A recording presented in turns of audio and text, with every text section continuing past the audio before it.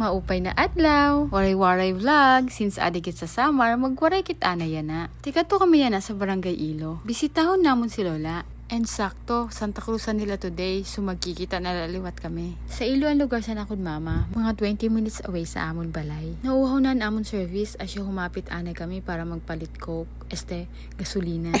Nakaulpot na kami sa Ilo, as siya niyan amon service. O diba, laban. So goodbye anay kami dili sa amon lola, o diba, kadamusan niya po.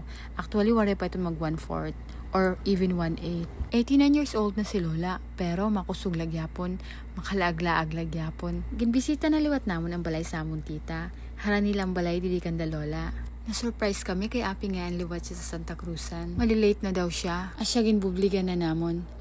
Ginbuligan na namon siya mag-ayos. O diba, may da pa para paypay. Ngan may dalot audience, sugad ka supportive ba namon family.